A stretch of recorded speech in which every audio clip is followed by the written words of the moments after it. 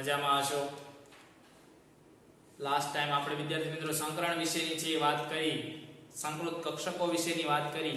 આજે આપણે છે એ સંકરણના પ્રકારો વિશે છે અભ્યાસ કરવો છે વિદ્યાર્થી મિત્રો। તો સંકરણના પ્રકાર S, P અને D કક્ષકો એકબીજાની અંદર સંમિશ્રિત થઈને જુદા જુદા પ્રકારના સંકરણ છે રચે છે। તો એમાં સૌપ્રથમ આપણે વાત કરવી છે વિદ્યાર્થી મિત્રો SP સંકરણની।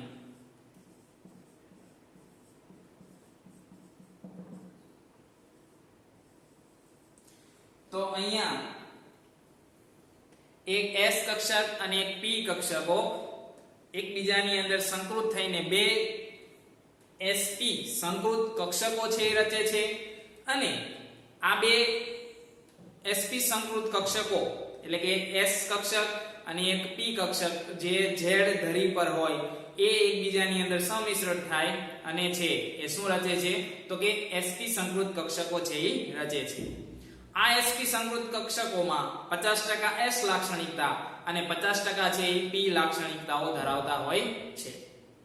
આપણે વાત કરીએ કે એક S કક્ષક છે આપણી પાસે,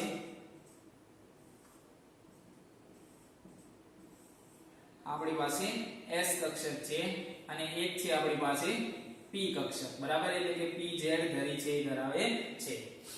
એકબીજાની અંદર સંમિશ્રિત થઈને પહેલા તો છે કઈ કક્ષક રચે છે સંકૃત કક્ષક છે એ રચે છે। તો સંકૃત કક્ષક એકબીજાની અંદર મિશ્રિત થઈને આ છે ધન પિંડક એકબીજાથી વિરુદ્ધ પિંડકો જેમાં ધન પિંડક અને આ નાના નાના છે એ શું રચે છે ઋણ પિંડક છે એ રચે છે। આ SP સંકૃત કક્ષકો રચી SP સંકરણ કક્ષક હજી વિદ્યાર્થી મિત્રો થયું નથી। આપણને ખબર છે કે બે કરતા વધારે કક્ષકો એકબીજાની અંદર સંમિશ્રિત થઈને તેટલી જ નવી કક્ષકો ઉત્પન્ન કરે છે તેને સંકૃત કક્ષકો કહેવાય। તો અહીંયા મેં જો એક S કક્ષક અને એક P કક્ષક એકબીજાની અંદર સંમિશ્રિત થઈને તેટલી જ SP સંકૃત કક્ષક રચી। કઈ રચી? SP સંકૃત કક્ષકો એકબીજાની વિરુદ્ધ ધન પિંડક મોટા અને નાના ઋણ પિંડક ધરાવતી SP સંકૃત કક્ષકો રચે છે। આપણે ધન અને ઋણની અગાઉ પણ વાત કરી હતી કે એને વિદ્યુત ભાર સાથે વિદ્યાર્થી મિત્રો કોઈ લેવા દેવા છે નહીં। હવે આ મધ્યસ્થ સંકૃત કક્ષક સાથે છે એ અન્ય કોઈ સંકૃત કક્ષક છે એ જોડાય આની સાથે છે એ આટલી જ કક્ષકો એકબીજા સાથે જોડાઈને એટલી જ કક્ષકો છે એ નવી ઉત્પન્ન કરે છે। એને વિદ્યાર્થી મિત્રો શું કહેવાય SP સંકલન કહે છે। અહીંયા ધન સાથે ધન બીજી કક્ષક અને આની સાથે ધન સાથે ધન કોઈક બીજી કક્ષક છે એ જોડાઈને શું રચે છે SP સંકરણ, બરાબર। આ સંકૃત SP સંકૃત કક્ષકો સાથે કોઈક બીજી કક્ષકો જોડાય આના ધન સાથે આનો ધન આના ધન સાથે એક સાથે કેવો જોડાય છે રેખીય રીતે છે એના શીર્ષ જોડાય છે અને એકબીજા વચ્ચેનો ખૂણો કેટલો બનાવે છે 180 અંશનો છે એ શું રચે છે ખૂણો રચે છે। આવું આપણે BeCl2 માં જોઈએ। શેમાં જોઈએ વિદ્યાર્થી મિત્રો BeCl2। તો બેરિલિયમ નું આપણને પરમાણુ ક્રમાંક 4 અને ઇલેક્ટ્રોન રચના આપણે લખીએ તો 1s2 2s2 આ બાહ્યતમ કક્ષા થઈ। તો બાહ્યતમ કક્ષાનું હવે લખું 2s2 ભૂમિ અવસ્થા। કઈ અવસ્થા? ભૂમિ અવસ્થામાં એના બંને ઇલેક્ટ્રોન ક્યાં હશે વિદ્યાર્થી મિત્રો 2s કક્ષકમાં। ઉત્તેજિત અવસ્થામાં હું અહીંયા Be સ્ટાર કરું છું, આ એની ઉત્તેજિત અવસ્થા છે। તો ઉત્તેજિત અવસ્થામાં આ ઇલેક્ટ્રોન કૂદકો મારીને છે ક્યાં જાય છે P કક્ષકમાં, એટલે એક S કક્ષકમાં અને એક છે ક્યાં જશે PZ, અહીંયા P, બરાબર, માં છે જાય છે। હવે આની પાસે એક અયુગ્મિત રહ્યો, આની પાસે એક અયુગ્મિત રહ્યો। તો આ બંને કક્ષાઓ એકબીજા સાથે શું થાય સંમિશ્રિત થઈને શું રચે છે સંકૃત કક્ષકો। એક S કક્ષક અને એક P કક્ષક એકબીજા સાથે સંમિશ્રિત થઈને શું રચે છે SP સંકૃત કક્ષકો છે એ રચે છે। આ SP સંકૃત કક્ષક રચી આ મધ્યસ્થ પરમાણુ સાથે બીજો મધ્યસ્થ પરમાણુ એટલે કે અહીંયા ક્લોરીન નો મધ્યસ્થ પરમાણુ છે એ શું થાય છે જોડાય છે એટલે અહીંયા ક્લોરીન નો મધ્યસ્થ પરમાણુ રેખીય રીતે જોડાશે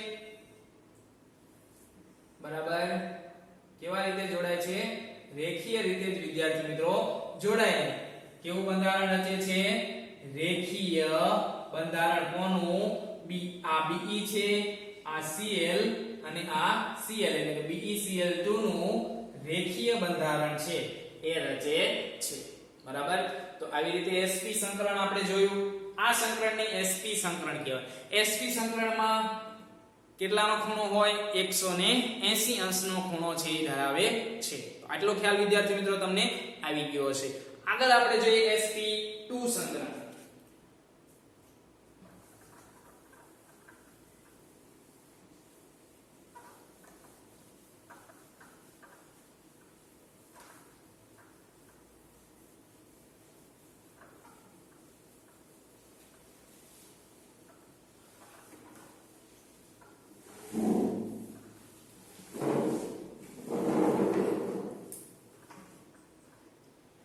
વિદ્યાર્થી મિત્રો sp2 સંકરણમાં એક s કક્ષક અને બે p કક્ષકો એકબીજા સાથે સંકૃત થઈને તેટલી જ એટલે કે નવી 3 sp3 સંકૃત કક્ષકોનું છે એ શું કરે છે સંકૃત કક્ષકો છે એ રચે છે આપણે જોવા જઈએ તો એક s કક્ષક અને બે p કક્ષક એટલે આ એક p કક્ષક છે આ એક s કક્ષક બીજી p કક્ષક છે અને આમાં એક છે શું રચાય છે s કક્ષક છે જોડાય છે એટલે અહીંયા કુલ 3 કક્ષક એક s એક px અને એક py 3 કક્ષકો એકબીજા સાથે સંકૃત થઈ તેટલી જ કક્ષકો એટલે નવી 3 કક્ષકો એકબીજા સાથે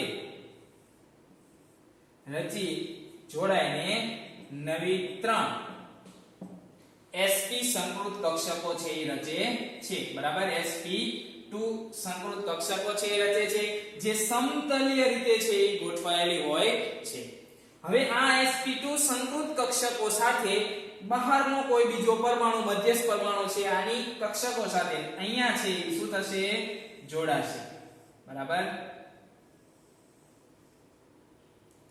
અહીંયા આપણે ડાયરેક્ટ આવી રીતે જોડી દઈએ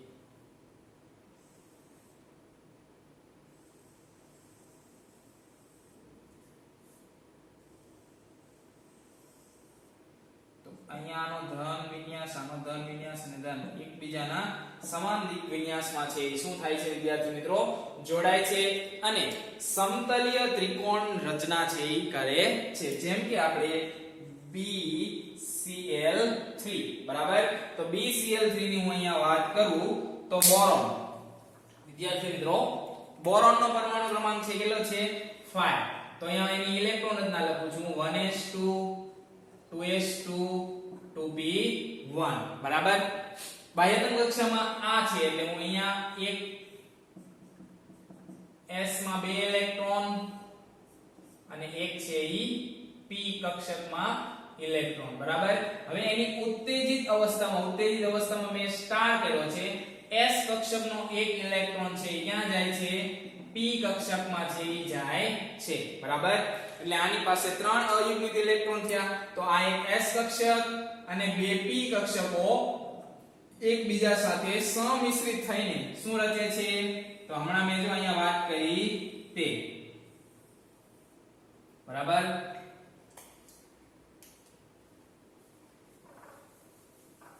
સમતલીય ત્રિકોણ છે થવો જોઈએ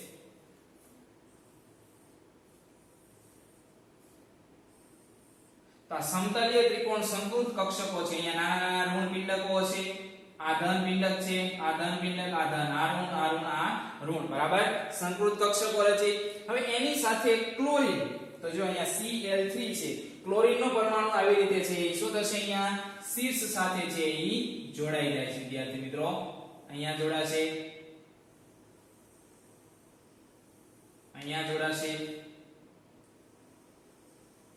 અને એક છે ઈ અહીંયા જોડાય છે તો આમ કેવા પ્રકારના? તો કે સમતલીય ત્રિકોણની રચના કરે છે. સમતલીય ત્રિકોણ કારણ કે આ ખૂણો હશે કેટલાનો હશે 120. આ ખૂણો પણ કેટલાનો હશે 120 અને આ ખૂણો પણ કેટલાનો જોવા મળે છે 120 અંશનો છે એ કોણ જોવા મળે છે. તો આવી રીતે વિદ્યાર્થી મિત્રો કયું સંકલન થાય છે? sp2 સંકલન. બરાબર. તો sp2 સંકલનમાં આપણે કહી શકીએ કે 120 નો ખૂણો અને સમતલીય ત્રિકોણ એની રચના જોવા મળે છે. sp સંકલનની આપણે વાત કરીએ તો sp સંકલનમાં 180 નો ખૂણો અને એનું રેખીય બંધારણ છે એ જોવા મળે છે. તો અહીંયા આપણે બંધારણની યોગ્ય માહિતી સંકલન દ્વારા છે એ શું કરી શકીએ છીએ વિદ્યાર્થી મિત્રો? મેળવી શકીએ છીએ. જે લુઈસ અભિગમ અને VSEPR સિદ્ધાંત દ્વારા છે મેળવી શક્યા નહોતા. આગળ આપણે જોવું છે sp3 સંકલન.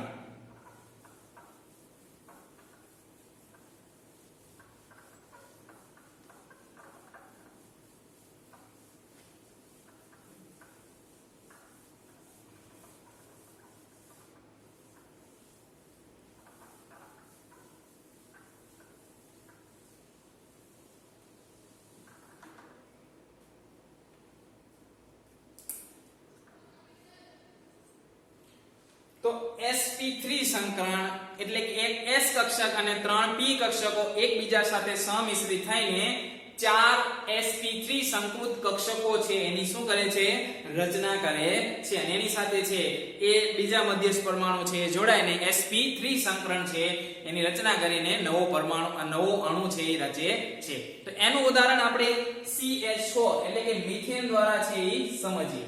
તો કાર્બન વિદ્યાર્થી મિત્રો છે કાર્બનની ઇલેક્ટ્રોન રચના 1s2 2s2 2p2 બાહ્યતમ કક્ષામાં 4 ઇલેક્ટ્રોન. હું અહીંયા બાહ્યતમ કક્ષા એને લખું છું ભૂમિ અવસ્થા. બરાબર. તો ભૂમિ અવસ્થામાં અહીંયા 2 ઇલેક્ટ્રોન, અહીંયા 1 ઇલેક્ટ્રોન અને અહીંયા 1 ઇલેક્ટ્રોન. હવે હું ઉત્તેજિત અવસ્થામાં એની ઇલેક્ટ્રોન રચના લખું. સ્ટાર કર્યો છે અને ઉત્તેજિત અવસ્થા વિદ્યાર્થી મિત્રો સમજવી. તો 1 ઇલેક્ટ્રોન અહીંયાથી ઉત્તેજિત થઈને ક્યાં જાય છે? p કક્ષકમાં છે જાય છે. તો એક s કક્ષક અને 3 p કક્ષકો એકબીજા સાથે સમિશ્રિત થઈને sp3 શું રચે છે? સંકૃત કક્ષકો છે એ રચે છે. બરાબર. શું રચે? અહીંયા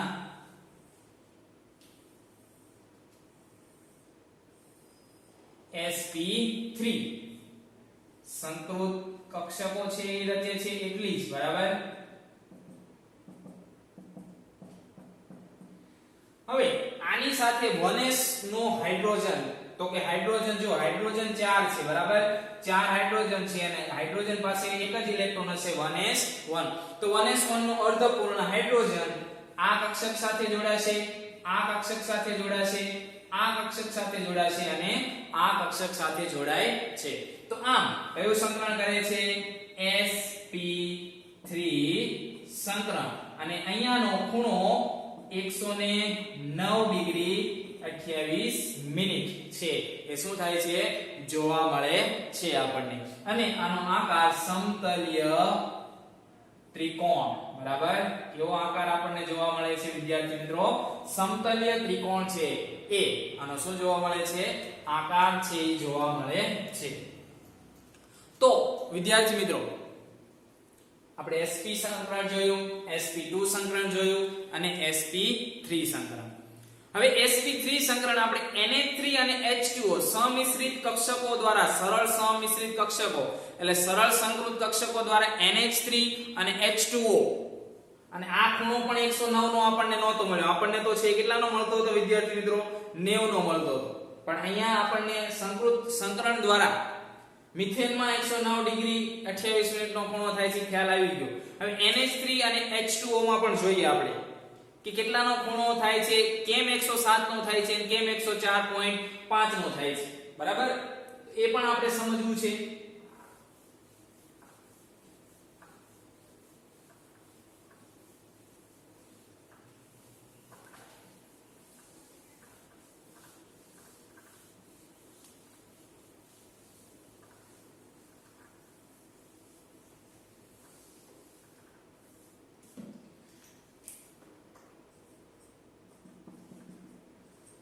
વિદ્યાર્થી મિત્રો હું NH3 ની વાત કરું તો નાઇટ્રોજન પાસે એની ઇલેક્ટ્રોન રચના લખો તો 1s2 2s2 2p3 બરાબર.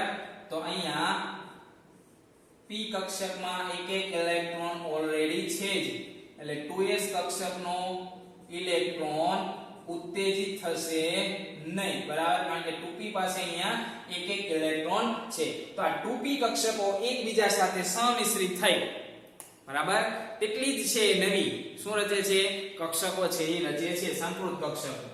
અને અહીંયા બે ઇલેક્ટ્રોન અયુગ્મિત રહેશે. કેટલા ઇલેક્ટ્રોન? આ બે ઇલેક્ટ્રોન જે s કક્ષાના છે એ અબંધકારક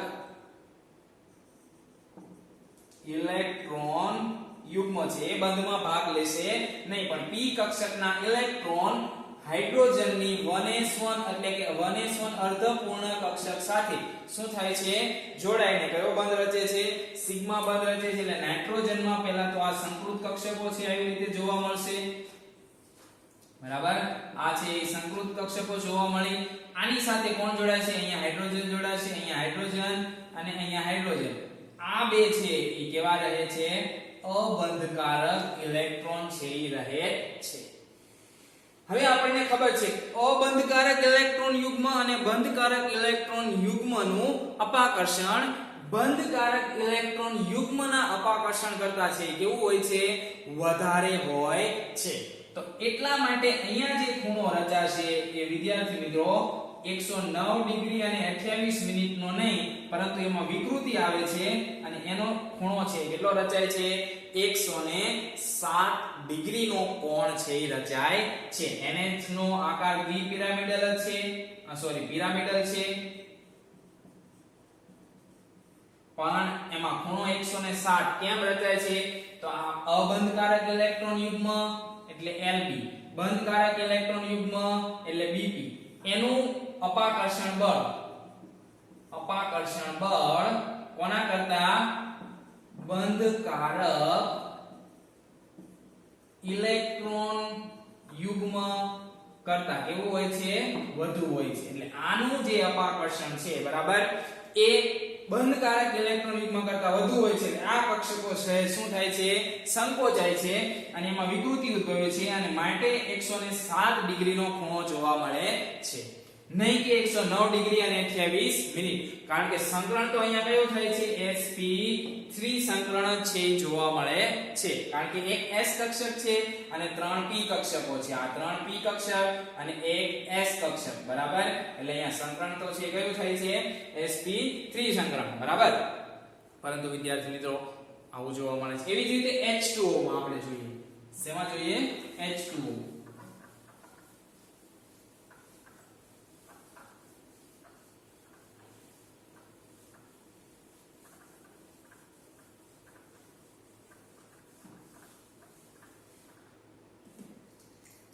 તો H2O માં મધ્યસ્થ પરમાણુ ઓક્સિજનની ઇલેક્ટ્રોન રચના 1s2 2s2 2p2. અહીંયા આપણે જોવા જશું તો અહીંયા બે ઇલેક્ટ્રોન, અહીંયા એક ઇલેક્ટ્રોન, અહીંયા એક ઇલેક્ટ્રોન બરાબર.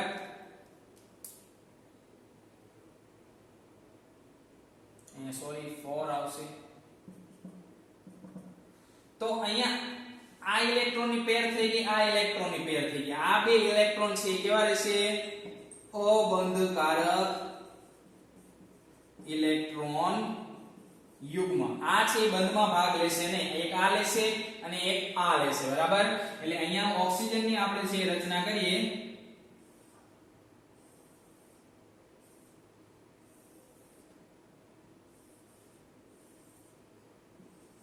આ જે બે ઇલેક્ટ્રોન છે તે અને આ જે બે ઇલેક્ટ્રોન છે તે બરાબર આ બંધમાં ભાગ લેતા નથી, કારણ કે અબંધકારક ઇલેક્ટ્રોન યુગ્મ છે. આની સાથે વિદ્યાર્થી મિત્રો આ કક્ષક સાથે આ એક p કક્ષક સાથે 1s નો અર્ધપૂર્ણ ઇલેક્ટ્રોન એટલે કે હાઇડ્રોજન નો 1s નો અર્ધપૂર્ણ ઇલેક્ટ્રોન જોડાશે અને આ કક્ષક સાથે 1s નો અર્ધપૂર્ણ ઇલેક્ટ્રોન છે એ શું થાય છે? જોડાય છે. હવે અહીંયા આ અબંધકારક અને આ અબંધકારક ઇલેક્ટ્રોન યુગ્મનું અપાકર્ષણ ખૂબ જ છે એ કેવું હોય છે વિદ્યાર્થી મિત્રો? વધારે હોય છે. તો એ ખૂબ જ વધારે એનું અપાકર્ષણ હોવાના કારણે અહીંયા પણ ખૂણો 109 નો ન જોતા 104.5 નો ખૂણો છે એ શું થાય છે જોવા મળે છે. તો આવી રીતે વિદ્યાર્થી મિત્રો આપણે VSEPR સિદ્ધાંત કે લુઈસ અભિગમ સિદ્ધાંત દ્વારા આ બંધારણ સમજાવી શકતા નથી, પણ સંકલન દ્વારા આપણે જરૂર આ કહી શકીએ કે આનો જે ખૂણો છે એ 104.5. ઓકે, આપણે આમાં VSEPR સિદ્ધાંતનો પાયાનો ખ્યાલ જરૂર લીધો કે આ અબંધકારક ઇલેક્ટ્રોન યુગ્મ, આ અબંધકારક ઇલેક્ટ્રોન યુગ્મ, એનું અપાકર્ષણ વધારે હશે બંધકારક ઇલેક્ટ્રોન યુગ્મ બંધકારક ઇલેક્ટ્રોન યુગ્મ કરતા, બરાબર. એટલે આ કક્ષકો થોડીક સંકોચાશે અને આ ખૂણો 109.28 ન મળતા આપણને કેટલો મળે છે 104.5 ડિગ્રી છે એ જોવા મળે છે, બરાબર. તો આવી રીતે વિદ્યાર્થી મિત્રો NH3 અને H2O માં 107 અને 104.5 ડિગ્રીનો છે એ શું જોવા મળે છે કોણ જોવા મળે છે. હવે જુદા જુદા સંયોજનો અમુક છે, એમાં sp3 sp2 અને sp સંકરણો આપણે જોવા છે.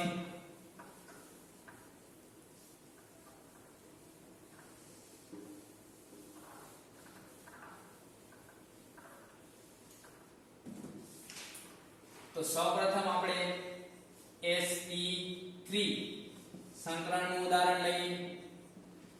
તો એમાં છે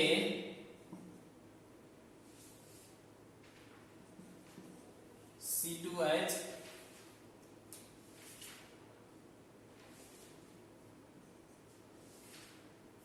બરાબર.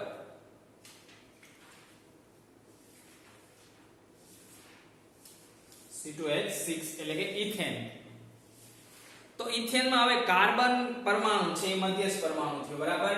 તો કાર્બન પરમાણુની આપણે ઇલેક્ટ્રોન રચના લખીએ. અહીંયા હું ડાયરેક્ટ હવે બાહ્યતમ કક્ષાની ઇલેક્ટ્રોન રચના લખું છું અને ભૂમિ અવસ્થાની ઇલેક્ટ્રોન રચના ભૂમિ અવસ્થાને આપણે બાદમાં લખીએ.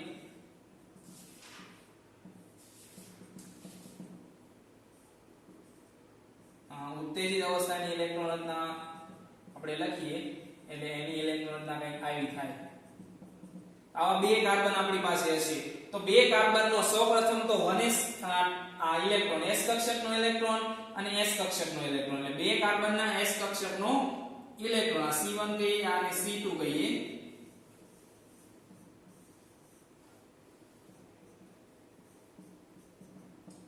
જો અહીંયા આપણી પાસે કાર્બન કેટલા છે બે છે. તો એમાં આનો s ઇલેક્ટ્રોન અને આનો s ઇલેક્ટ્રોન એકબીજા સાથે જોડાઈને કયો બંધ રચે છે સિગ્મા બંધ છે એ રચે છે, બરાબર. હવે વિદ્યાર્થી મિત્રો આની પાસે ત્રણ p કક્ષકના એટલે 3 આ p કક્ષકના અને 3 આ p કક્ષકના, બરાબર. એટલે 3 છે એ p કક્ષકના સંકૃત ઇલેક્ટ્રોન છે અહીંયા જોવા મળે છે. તો એની સાથે એક શું જોડાશે હાઇડ્રોજન. અહીંયા એક હાઇડ્રોજન જોડાય છે, અહીંયા એક હાઇડ્રોજન જોડાય છે, અહીંયા એક હાઇડ્રોજન જોડાય. એવી જ રીતે અહીંયા પણ એક હાઇડ્રોજન અહીંયા, એક હાઇડ્રોજન અહીંયા અને એક હાઇડ્રોજન અહીંયા. તો આમ પહેલા કાર્બન કાર્બન વચ્ચે છે એ એક p કક્ષકનો છે એ શું જોડાય છે ઇલેક્ટ્રોન. એટલે અહીંયા છે કયો બંધ બન્યો સિગ્મા બંધ. હજી એની પાસે 3 સંકૃત કક્ષકો, એક કાર્બન પાસે 3 સંકૃત કક્ષકો અને બીજા કાર્બન પાસે 3 સંકૃત કક્ષકો છે એ શું રહે છે બાકી રહે છે. તો એની સાથે વિદ્યાર્થી મિત્રો અહીંયા કોણ જોડાય છે આની સાથે હાઇડ્રોજન, અહીંયા હાઇડ્રોજન અને અહીંયા હાઇડ્રોજન, અહીંયા હાઇડ્રોજન, અહીંયા હાઇડ્રોજન અને અહીંયા હાઇડ્રોજન. હવે આ જે બંધ બન્યો એની બંધ લંબાઈ 154 pm જોવા મળે છે અને અહીંયા જે સિગ્મા બંધ બન્યો CH, અહીંયા CH સિગ્મા બંધ કુલ 6 હોય છે. કેટલા હોય છે 6 અને CC સિગ્મા બંધ 1 હોય, બરાબર. એટલે કુલ સિગ્મા બંધ છે કેટલા થયા 7 થયા. આવો પણ તમને પ્રશ્ન પૂછે કે C2H6 માં સિગ્મા બંધની સંખ્યા કેટલી, બધા સિગ્મા બંધ જ હોય, બરાબર. જ્યાં દ્વિબોન્ડ હશે ત્યાં જ પાઈ બંધની શરૂઆત થશે, બરાબર. ત્રિબોન્ડ હશે ત્યાં જ પાય બંધ છે એ જોવા મળશે. આપણે હમણાં આગળ જોવું છે. તો અહીંયા આ બંધ લંબાઈ 154 pm અને આ બંધ લંબાઈ છે એ 109 pm છે એ જોવા મળે છે. કારણ કે હાઇડ્રોજન પરમાણુ કેવો છે? અત્યંત નાનો છે. એટલે આવડી મોટી એની બંધ લંબાઈ ના જોવા મળે, એના કરતા છે કેવી જોવા મળે? નાની છે એ બંધ લંબાઈ જોવા મળે છે. તો એટલો ખ્યાલ આવી ગયો. આગળ હવે આપણે જોવું છે sp2 સંકરણ.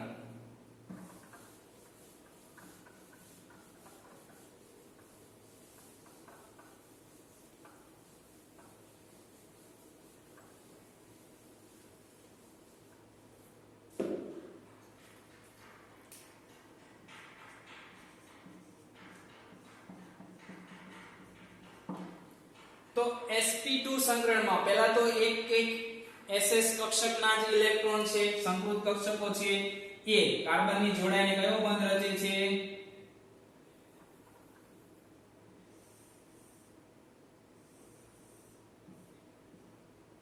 સિગ્મા બંધ છે ઈ રચશે. બરાબર. હવે આની પાસે વિદ્યાર્થી મિત્રો આ જે બે p કક્ષકો છે એ સંકૃતમાં ભાગ લેતી નથી. બરાબર. એટલે અહીંયા આપણે કયું સંકરણ જોઈએ છે? sp2. એટલે એક s કક્ષક અને બે p કક્ષકો સંકૃત કક્ષકોમાં શું લે છે? ભાગ લે છે. એક આ pz કક્ષક છે એ સંકૃતમાં ભાગ લેશે નહીં. એટલે આવું આનું બંધારણ જોવા મળે. હવે આ સંકૃત કક્ષક p સંકૃત કક્ષક સાથે હાઇડ્રોજનનો 1s નો અર્ધપૂર્ણ ઇલેક્ટ્રોન ધરાવતી કક્ષક આની સાથે જોડાશે, આની સાથે જોડાશે અને આની સાથે જોડાશે. બરાબર. એટલે અહીંયા પણ છે કયો બંધ જોવા મળે છે? સિગ્મા. અહીંયા પણ સિગ્મા બંધ જોવા મળે છે. અહીંયા પણ વિદ્યાર્થી મિત્રો સિગ્મા બંધ. આ બંધ પણ કયો છે? સિગ્મા બંધ. હવે જેને સંકૃત કક્ષકોમાં ભાગ લીધો નથી તેવી કક્ષક, એટલે આ,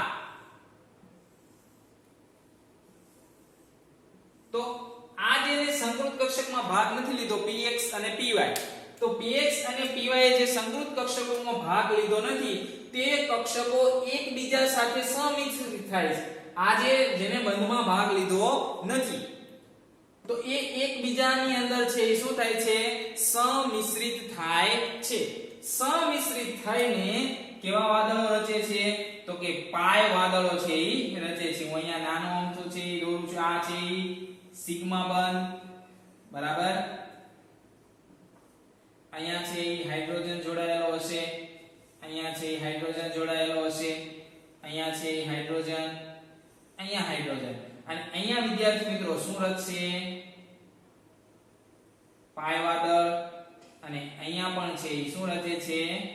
પાય વાદળ છે રચે છે. આ બે કક્ષકો એકબીજાની અંદર સમિશ્રિત થાય, આ બે એકબીજાની અંદર સમિશ્રિત થાય શું રચે છે? પાય વાદળો. અને એક પાય બંધની રચના કરશે. કેટલા? એક તો સિગ્મા બંધ હતો જ. અહીંયા હાઇડ્રોજન, અહીંયા હાઇડ્રોજન, અહીંયા હાઇડ્રોજન, અહીંયા હાઇડ્રોજન અને આ પાય વાદળો છે એ બીજા બંધની રચના કરે છે. જે બંધ છે એને આપણે કયો બંધ કહીએ છીએ? પાય બંધ. અને આ આપણો કયો બંધ થશે? સિગ્મા બંધ. આ પણ છે સિગ્મા બંધ. આ પણ આપણો છે કયો બંધ થશે? સિગ્મા. આ પણ છે સિગ્મા. આ પણ છે સિગ્મા બંધ. બરાબર. તો આવી રીતે છે એ શેની રચના થાય છે? પાય બંધની રચના થાય છે. આપણે સમતલીય રીતે એને સમજીએ ફરી વખત.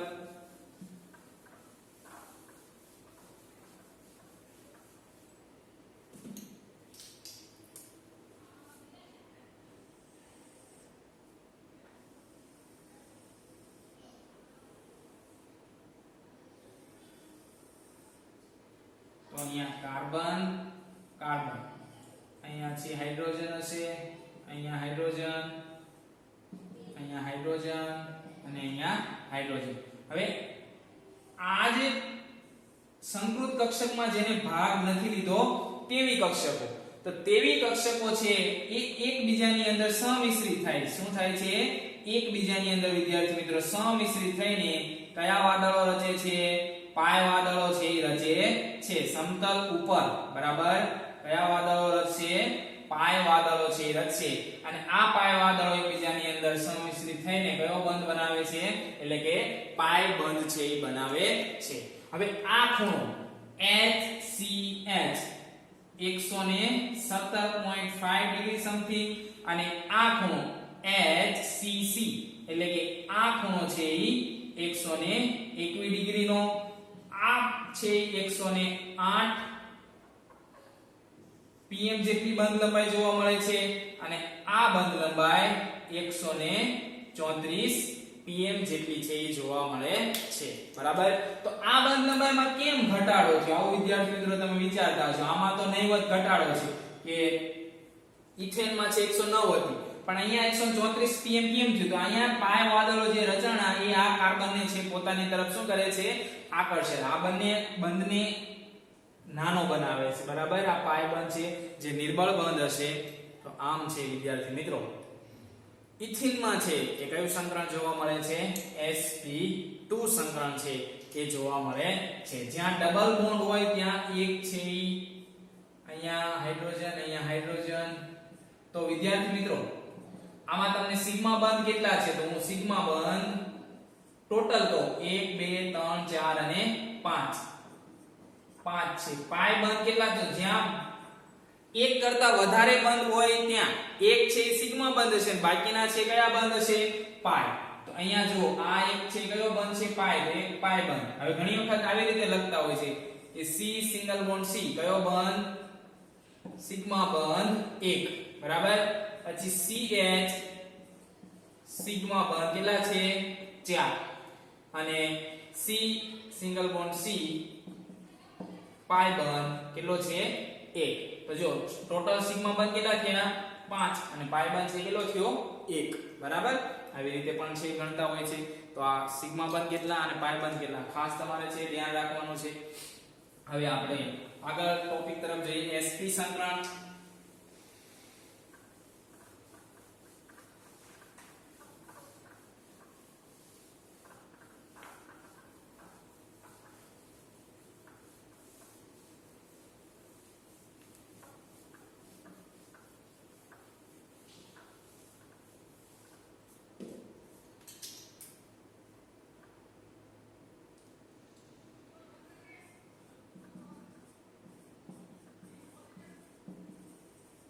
ઇથાઇનમાં વિદ્યાર્થી મિત્રો sp સંકરણ જોવા મળે છે.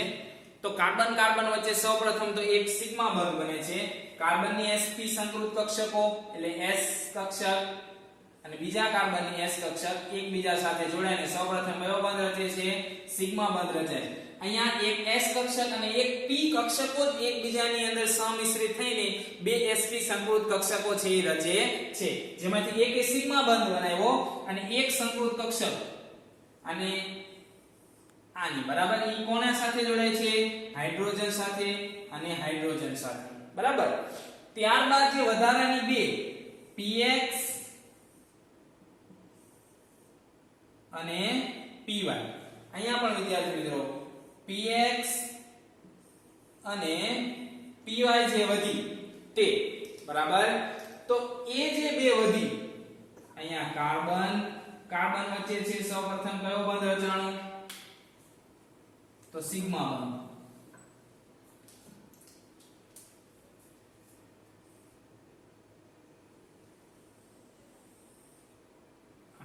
કાર્બન વચ્ચે સિગ્મા બંધ અહીંયા છે ઈ સિગ્મા બંધ હાઇડ્રોજન સાથે જોડાશે. આ કાર્બન એક હાઇડ્રોજન સાથે જોડાશે. હવે અહીંયા જે સંકૃત કક્ષકો px અને py અહીંયા px અને py બરાબર એ કક્ષકો એકબીજાની અંદર સંમિશ્રિત થઈને તો આ એકબીજાની અંદર સંમિશ્રિત થશે અને આ કક્ષક એકબીજાની અંદર છે એ શું થાય છે? સંમિશ્રિત છે થાય છે અને શું રચે છે? તો કે વિદ્યાર્થી મિત્રો પાય વાદળ છે એ રચશે. બરાબર. તો અહીંયા